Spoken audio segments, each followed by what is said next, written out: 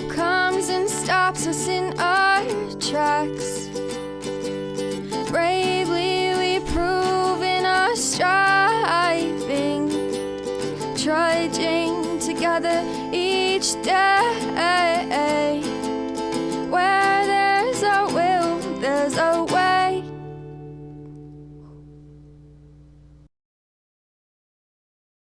Everyone.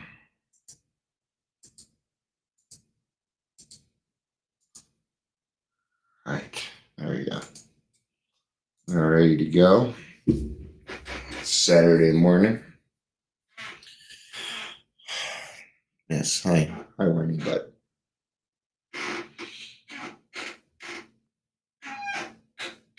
It's one of the cats you don't normally see. I guess I need this.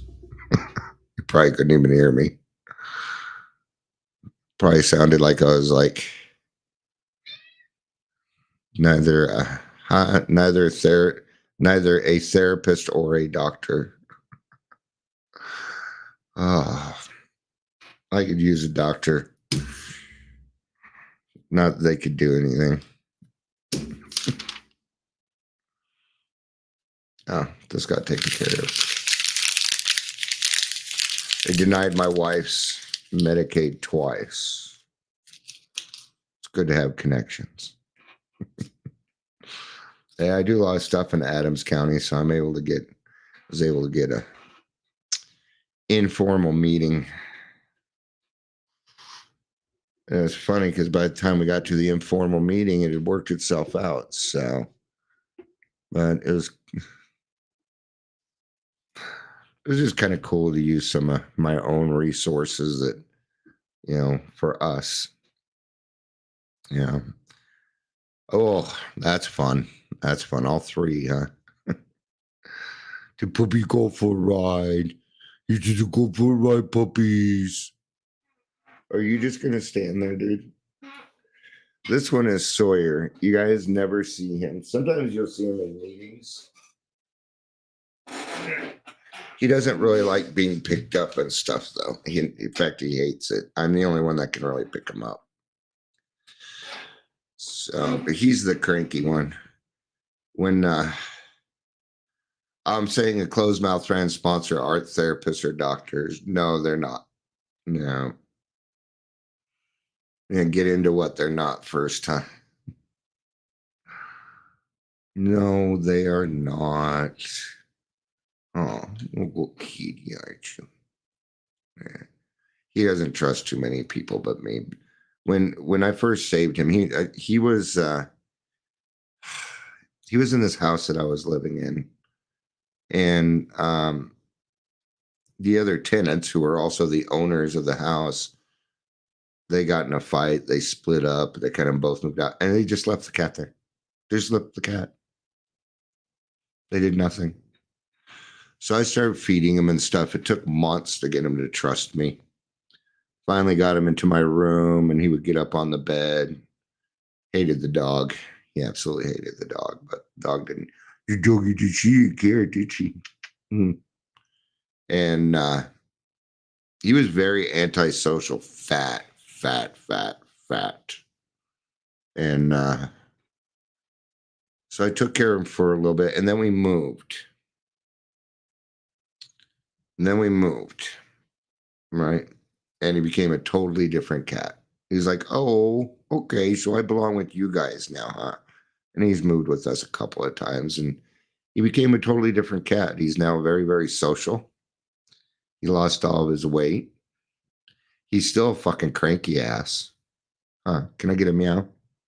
Can I get a meow? Give me a meow. If I touch you, stop touching, do I get a meow? Come on, give us a meow.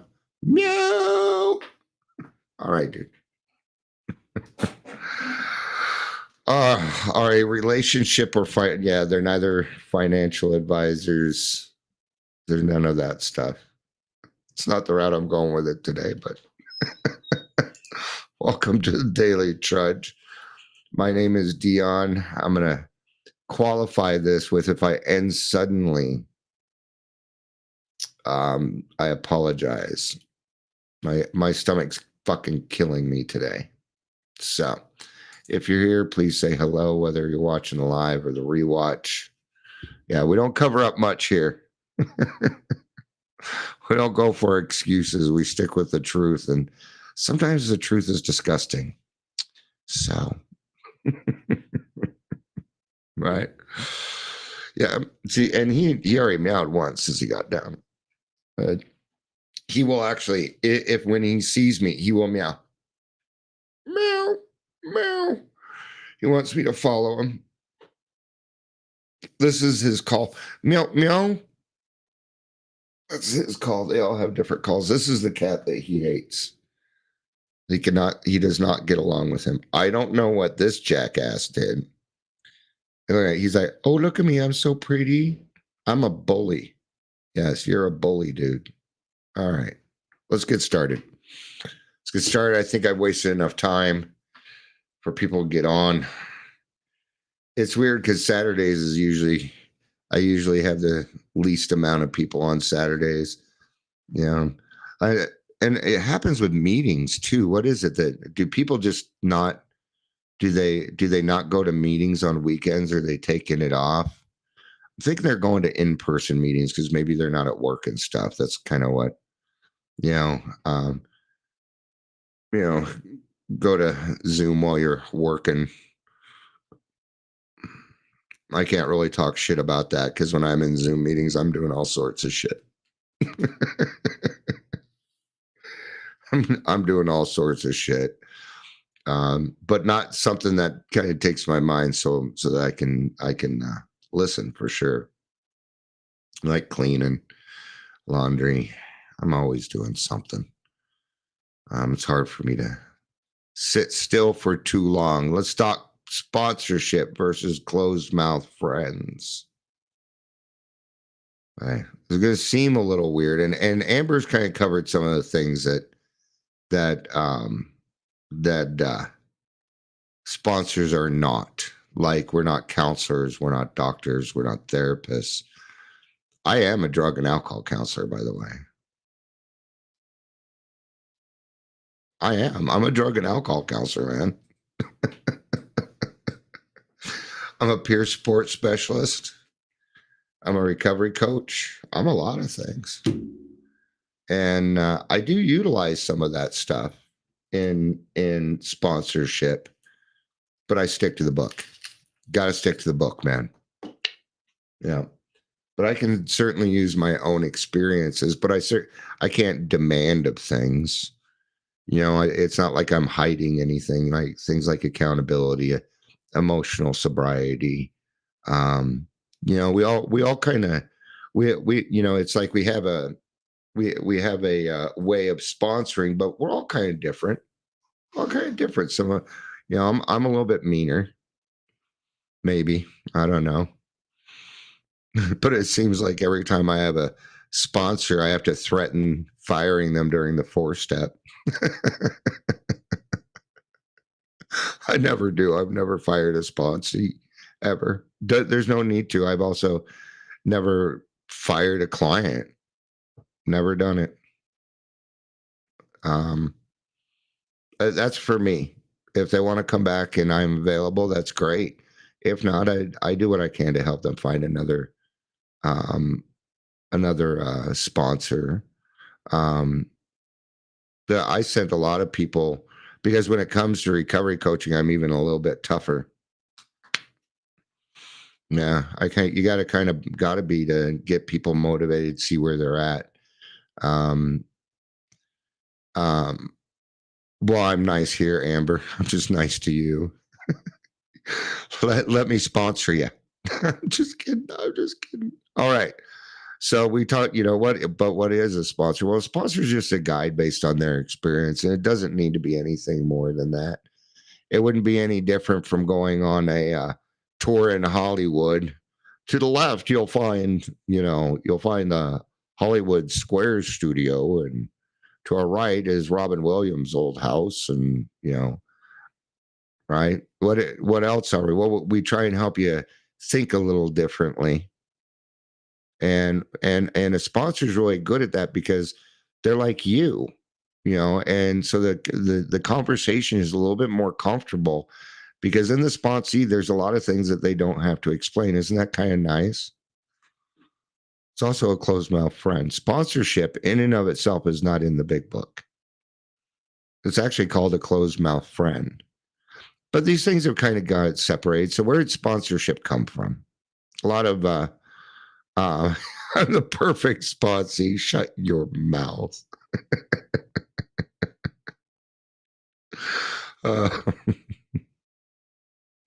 You were the Boy Scout of sponsees, huh? Right. I never defied anything, huh, Amber? Where's the Batmobile located? Great question, Heather. It's in the Bat Cave.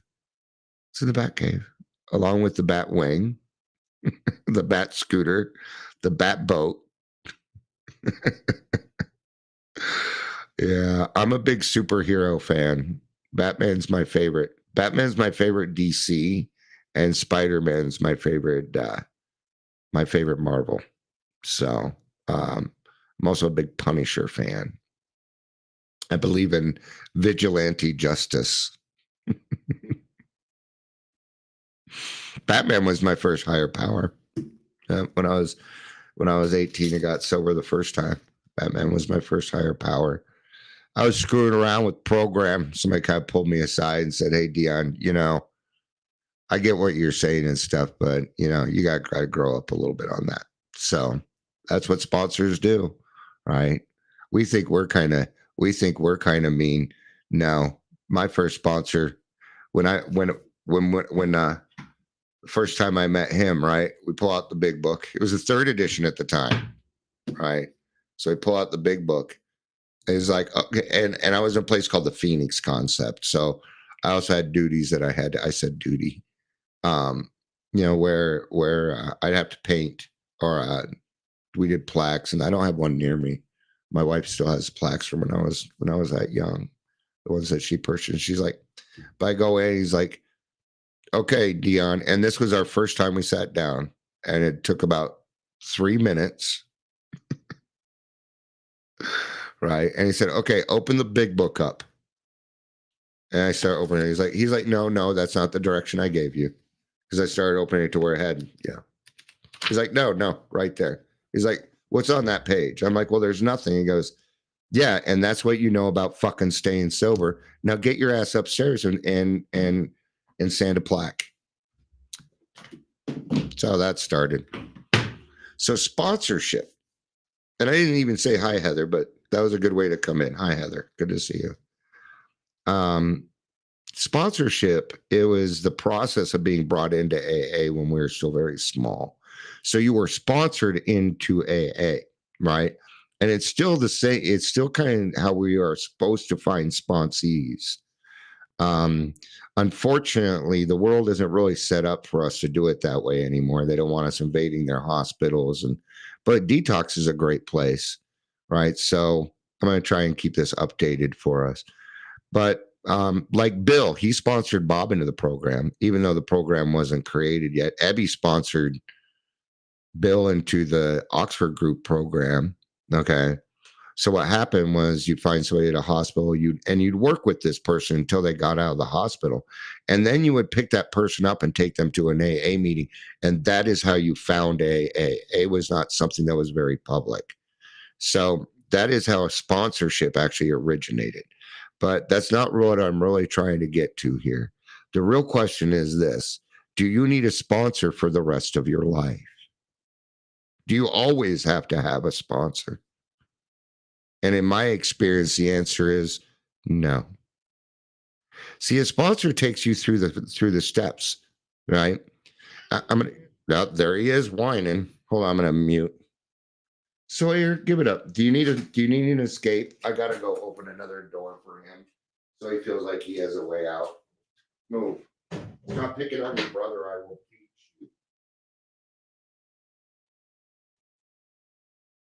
you. There we go. You feel free to escape now, Sawyer. There you go. All right.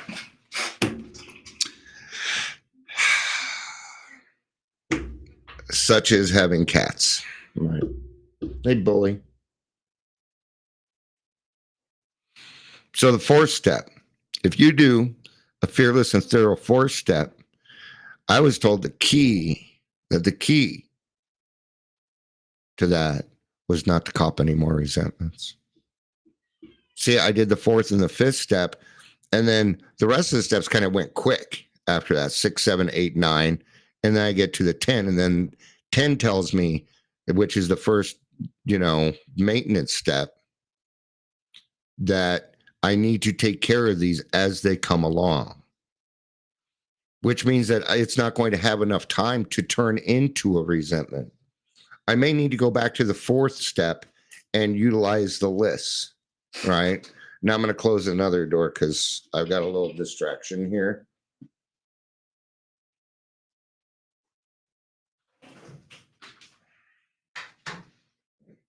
And I'm certainly not going to tell my wife what to do on her day off. So I don't think she realizes. It doesn't matter.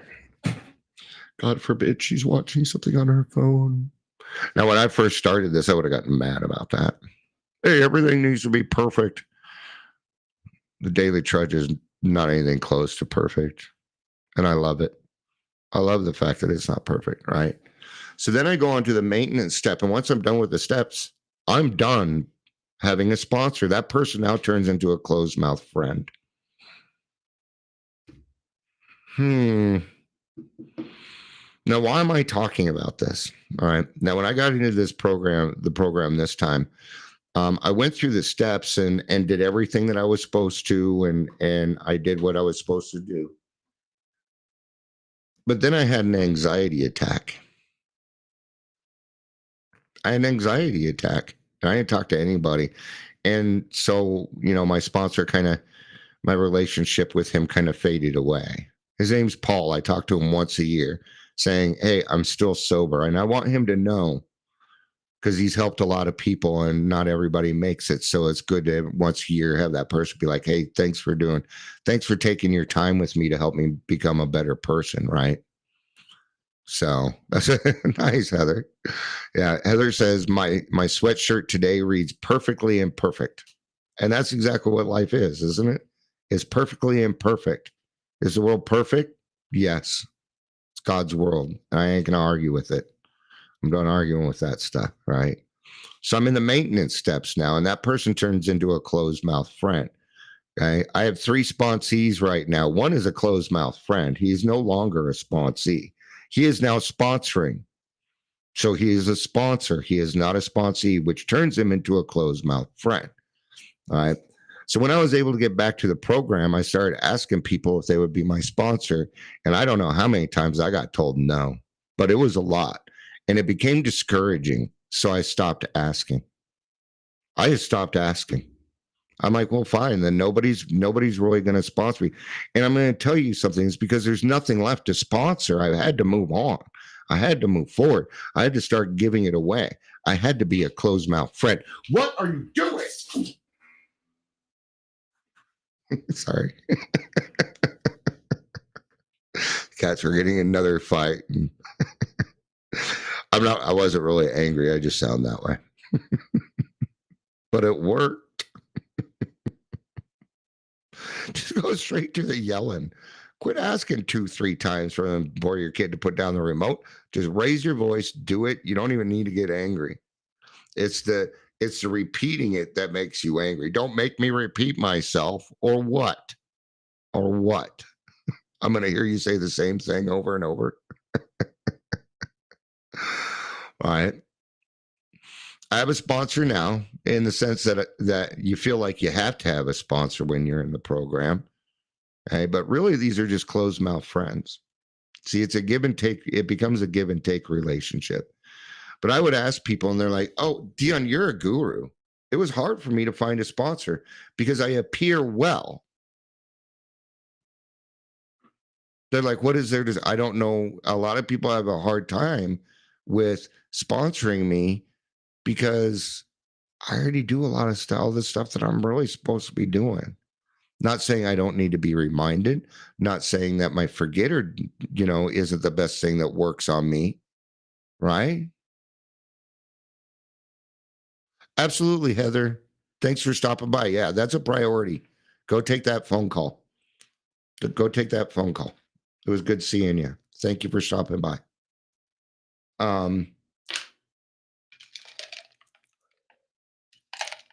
So it became frustrating for me, you know. Then I started wondering, I'm like, well, am I just not worth time? Is it this? Is it that? But I think,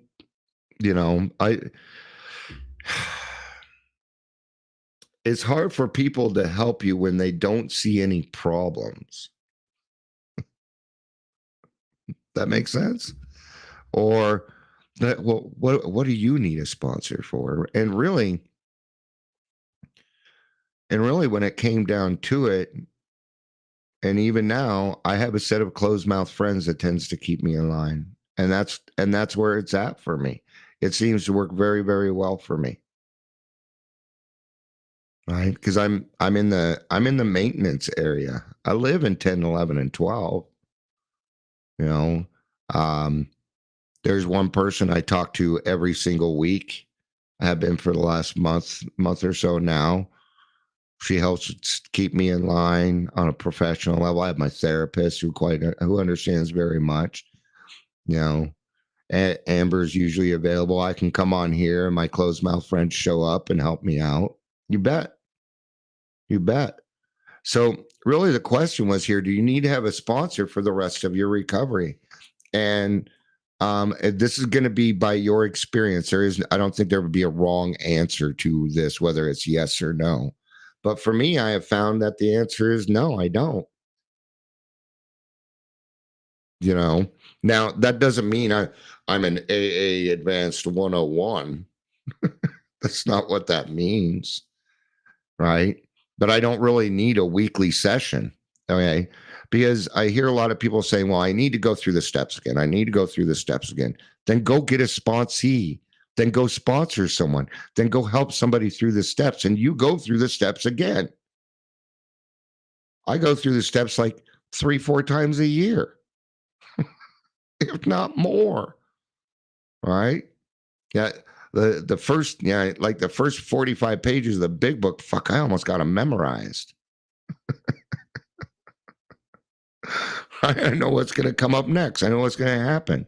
And that's how your sponsorship continues.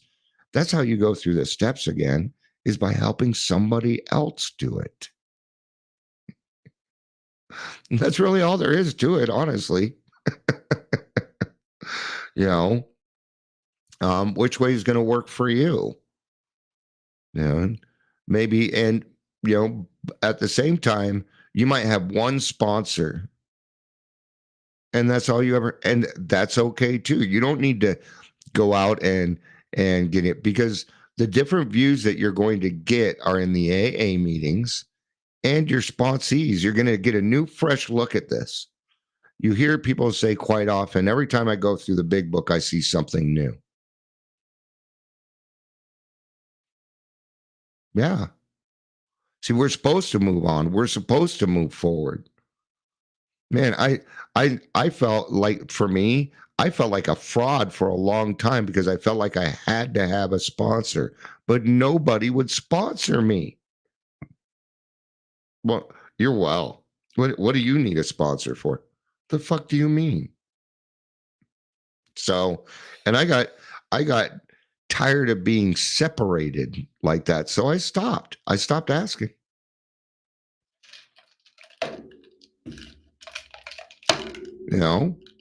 Does that make it wrong? I don't know. I'm here. I'm still sober. I live a pretty decent life,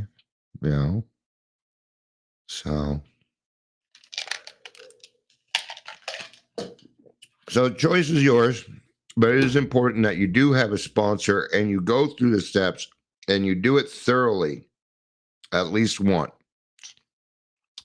There's always more, Amber. Put away that pocketbook. There's more. Yep. I like these ones that Amber posts. And so today is March 8th. I don't know the book. Ooh, good for you. Good for you. You'll make the noon meeting. March 8th, we lose the fear of making decisions, great and small, as we realize that should our choice prove wrong, we can, if we will, learn from the experience. Yeah. So during the day, we might make decisions. Some will be right, some will be wrong, but they're not really wrong if we're willing to learn from it, to learn from the experience so that we don't do it again. And what do we call that? Well, that would be a living amends. That is very much a living amends. You do a lot more living amends than you're probably even aware of. You know, um, you do it all the time. And how do we utilize that once we get through the steps? Well, it's the 10th step. The 10th step has so much importance to it. It's the first of the maintenance steps. And by maintenance, it means that you got to something and now you've got to keep it that way so you can continue to give it away. Our disease grew. We often felt like any other decision we made was wrong. We felt like wrong people. Woo. You know, it's one of the things that I tell my sponsees when I first start with them.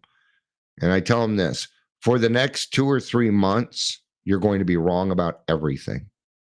It's going to piss you off at some point, but that's why I'm telling you now. Okay. I went through it. Everybody in the program gets through it. It's how we learn. And the more wrong you are and learn from it, the better it will be. It's really that straightforward, right? Because all my best decisions got me to the program. That means I was kind of doing it wrong. Let's keep it simple. A Hazelden book, not AA approved. LOL. I don't necessarily have to. Hazelden is actually under vote to be AA approved, by the way. Yeah. So, I mean, heck, they're using Bill W here. I'm a big Hazelden fan. I am. But you're right. At the moment, it is not AA approved. Here, it's okay. In an AA meeting, it may not be. That reminds me, the group needs to vote on whether you can read any portion of the big book or if we stick to the first 164 pages. I think it's important that we make that distinction in that group because that's what if we went back to what it was like when I came in, that means we would read how it works every single time. And that's all. Yeah. We need a little variety. We need a little pepper in our dinner, right? So we lost self-respect because deep inside, we knew that for us, using alcohol and other drugs was wrong. We went against our spirit. And what is that spirit? Well, it's a survival, man. We're killing ourselves. This is suicide on the installment plan. But we alcoholics joke around about it. You set an age where you were going to be dead by. You're an alcoholic. I know you did it. And it changed once you hit it, huh?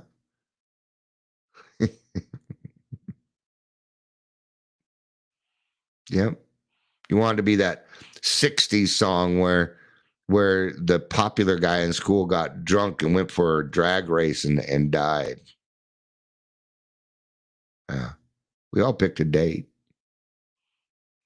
And it didn't happen. Huh. Maybe God's got something better for you. Now we go with our spirit. We follow what we think our higher power wants for us. Now we learn from our mistakes. Another wonderful gift has been given back to us, the gift of learning. From this gift, we stop playing God. How free it feels. Oh, man. The moment I stopped fighting and said, okay, it is very clear that Dion is not in control here.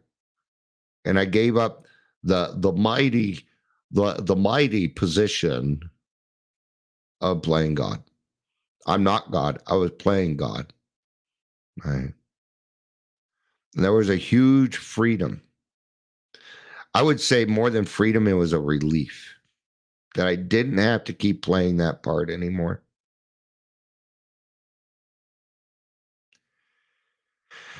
Prayer for the day. Higher power, you have taken away my illness and replaced it with many wonderful gifts. I thank you for everything, even my mistakes. Action to action for today. Today, I'll share with a friend my mistakes of the past week. You need to be doing that every day. You need to do it immediately. I love you, Hazelton, but no, you gotta. For me, anyway, I gotta take care of those things immediately, as soon as I can. Sometimes it may be a little bit, but as soon as I see the person who I might have done something to, or maybe I felt bad. I don't know why this example is running through my head, but I'm going to give this example wrap up so people can get home and we can get to our noon meetings today. It's a 5 o'clock meeting today. All the spots, the chair are filled. I think I'm on the list once. I think I volunteered to take one. I'm not even sure. Pretty cool. But at Christmas time, my grandson was over and he came over to give me a hug, and I stopped him and fist pounded because I was assuming that he really didn't want to hug me. And I have felt bad ever since, but I haven't seen. We did ours in late January, right? And I saw him at the funeral this week, and I grabbed him. I said, "Hey, man, you came in for a hug during Christmas, and I stopped you and gave you a fist bump because I assumed that you didn't want a hug, but I want you to know that you can hug me anytime that you want, and that your grandpa loves you a lot." There it is, and we can take care of those mistakes now. See, I won't make that mistake again. I guarantee it. Even if he did prefer the fist bump, at least now he knows, hey, grandpa gives a fuck about me. And I think he kind of needed that. Maybe God set it up because he was there for his other grandpa's funeral, man. I don't know. No, that's between him and God. I'm the vessel, I'm the messenger. So, all right. Thank you, everybody, for being here. I appreciate it. I love you. You know I do. Peace out and have a day.